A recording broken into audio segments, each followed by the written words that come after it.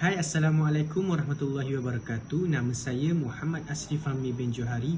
Saya dari kelas IC 110 5CB dan nombor matrik saya adalah 2019440194. Dalam video ini saya akan membentangkan tentang abstrak, pendahuluan, definisi penyata kewangan dan analisis Bank Islam Berhad Malaysia daripada tahun 2018 hingga 2020.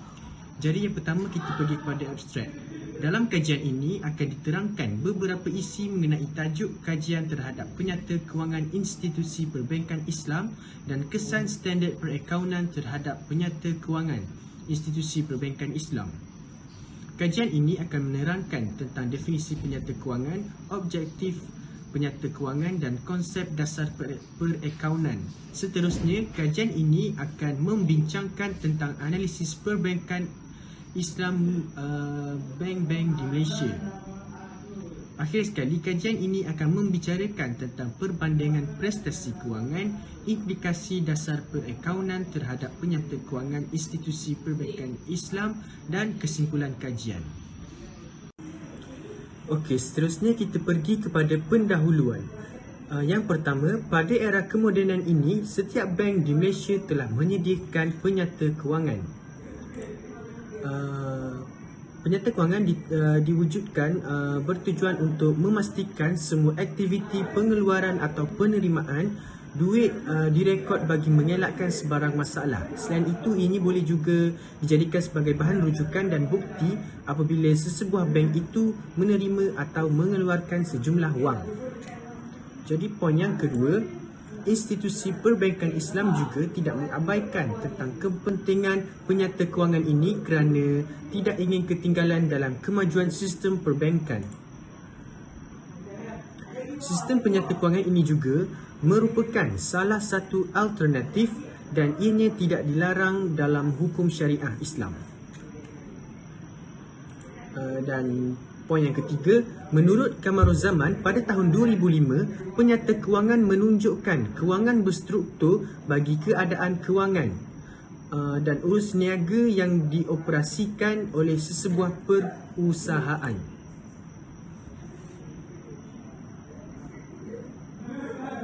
Objektif penyata kewangan bertujuan untuk mengemaskini maklumat tentang kedudukan kewangan, aliran tunai dan prestasi sesebuah perusahaan kepada pelbagai pengguna untuk menentukan dan membuat keputusan ekonomi. Baiklah, seterusnya kita pergi kepada 2.0 iaitu definisi penyata kewangan. Penyata kewangan adalah satu bentuk laporan yang menunjukkan kedudukan kewangan sesebuah perniagaan bagi sesuatu tempoh. Laporan kewangan mengandungi maklumat keuntungan dan rugi bagi sesebuah perniagaan. Dalam penyata kewangan, ianya terbahagi kepada 3 bahagian. Seperti mana yang kita dapat tengok dalam slide ini. Yang pertama adalah penyata pendapatan, yang kedua adalah kunci kira-kira dan yang ketiga adalah penyata aliran tunai.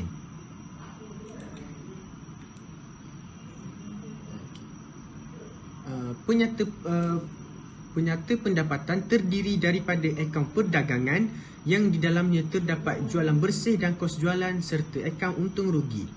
Bagi kunci kira-kira pula, ianya bertujuan untuk menunjukkan harta dan hutang perniagaan. Dan akhir sekali, penyata aliran tunai menunjukkan punca perolehan dan penggunaan tunai bagi tempoh tertentu. Okey, baiklah, seterusnya kita pergi kepada 5.3 analisis Bank Islam Berhad Malaysia BIMB pada tahun 2018 hingga 2020. Seperti yang dapat kita lihat pada raja di sebelah ini, kita dapat lihat pembiayaan pada tahun 2018 hingga 2020. Jumlah pembiayaan bersih pada tahun 2018 adalah sebanyak 46,680,680 ringgit. Pada tahun 2019 pula, jumlah pembiayaan bersih adalah sebanyak 49,472,522 ringgit. Dan akhir sekali pada tahun 2020, Jumlah pembiayaan bersih adalah sebanyak 54,670,000 dan RM635. Jika kita dapat tengok dalam graf tersebut, antara konsep-konsep syariah yang digunakan dalam graf tersebut adalah baik bisa mani ajil, diringkaskan sebagai BBA, murabahah, baik ad-dain, baik al-inah, at-tawaruk, ijarah dan lain-lain.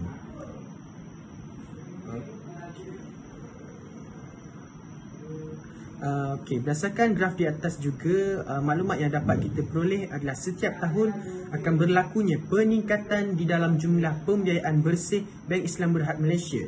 Selain itu, at-tawaruk merupakan pembiayaan bersih yang tertinggi, manakala baik al-inah pula merupakan pembiayaan bersih yang terendah untuk ketiga-tiga tahun.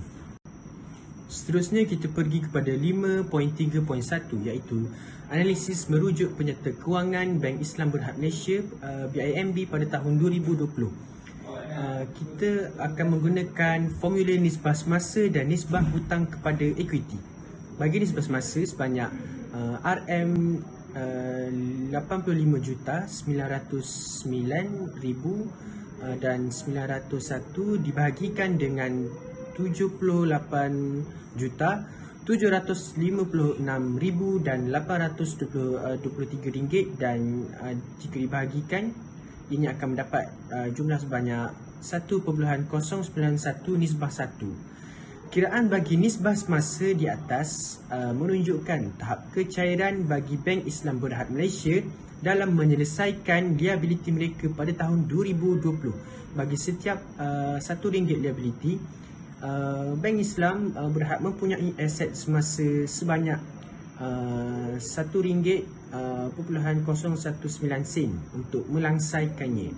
Seterusnya kita pergi kepada nisbah hutang kepada equity sebanyak RM18,332,000 dan RM1 dibahagikan dengan RM63,951 dan jumlahnya akan jadi sebanyak 286.667 nisbah 1. Kiraan bagi nisbah kepada equity ini menunjukkan hutang yang harus Bank Islam perlu tanggung pada tahun 2020 bagi setiap RM1 equity. Bank Islam mempunyai liability sebanyak RM286.667. Kemudian kita pergi pula kepada 5.3.2, analisis merujuk penyerta kewangan Bank Islam Berhad Malaysia pada tahun 2019. Masih lagi menggunakan formula yang sama, iaitu nisbah semasa dan nisbah hutang kepada equity. Kita pergi kepada nisbah semasa sebanyak RM70,263,000 dan RM493 dibahagikan dengan RM70,845,000 dan RM350. Jadi jumlahnya akan jadi sebanyak 1.091 nisbah 1. Kiraan bagi nisbah semasa ini menunjukkan tahap kecairan bagi Bank Islam Berhad dalam menyelesaikan liability mereka pada tahun 2019. Bagi setiap RM1 liability, Bank Islam mempunyai aset semasa sebanyak RM1.91 untuk melangsaikannya. Dapat kita lihat di sini bahawa nilai aset semasa pada tahun 2019 adalah sama dengan nilai aset semasa pada tahun 2020. Seterusnya kita pergi kepada nisbah hutang kepada equity pada tahun 2019. Sebanyak RM16,899,925 bahagi dengan RM46,959 dan jumlahnya akan jadi sebanyak RM359.8817 nisbah 1. Bagi setiap RM1 equity, Bank Islam mempunyai liability sebanyak RM359,887. Dan akhir sekali kita pergi kepada 5.3.3, analisis merujuk penyerta kewangan Bank Islam Berhad Malaysia pada tahun 2018. Masih lagi menggunakan formula yang sama, iaitu nisbah semasa dan nisbah hutang kepada equity. Untuk nisbah semasa, terdapat sejumlah wang sebanyak 72,388,541 ringgit dibahagikan dengan RM65 juta 411,000 dan 958 ringgit, dan jumlahnya akan jadi sebanyak 1.107 nisbah 1. Bagi setiap RM1 liability, Bank Islam Berhad Malaysia mempunyai aset semasa sebanyak RM1.107 untuk melangsaikannya. Bagi nisbah hutang kepada equity pula, sebanyak RM14,755,236 dibahagikan dengan RM38,642, jadi jumlahnya akan jadi sebanyak RM381.845 nisbah 1. Bagi setiap RM1 equity, Bank Islam mempunyai liability sebanyak RM381.845. Jadi setakat itu saja daripada saya. Terima kasih. Saya mohon maaf sekiranya terdapat kekurangan.